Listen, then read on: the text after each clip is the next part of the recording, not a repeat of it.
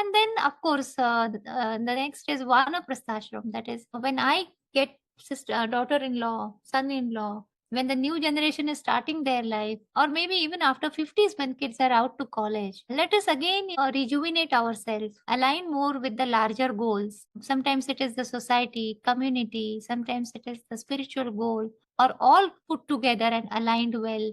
So, a new direction. So, midlife is not a time of crisis, it is a time of awakening. It is a time of getting to know more opportunities, and then, able to do things which we were not able to do because we were engaged into fulfilling other duties. And physically also getting back and regaining our health and strength. And so that's a very beautiful spot in life where Sanskrit has this beautiful word called Simhavalokan.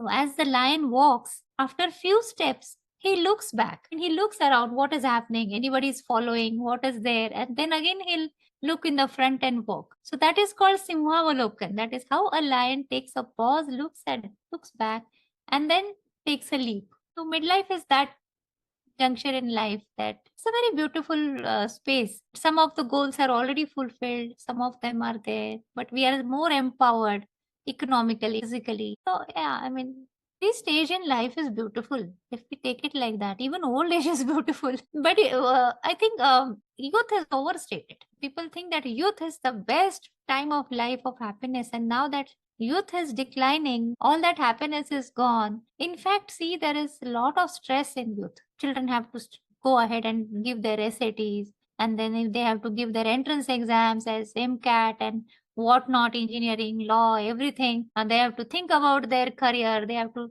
choose their spouse. So many decisions have to be taken in that period. And if you look at them these days, I feel youths are really stressed about too many things. And that is how the social structure has been created. So, yeah, I mean, that age also has their own challenges.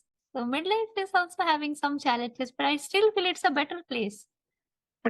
Yeah, of course. I mean, like you mentioned, realign, re-energize, and recreate something very positive. That is the Yeah. message for the midlife, I Yeah. think.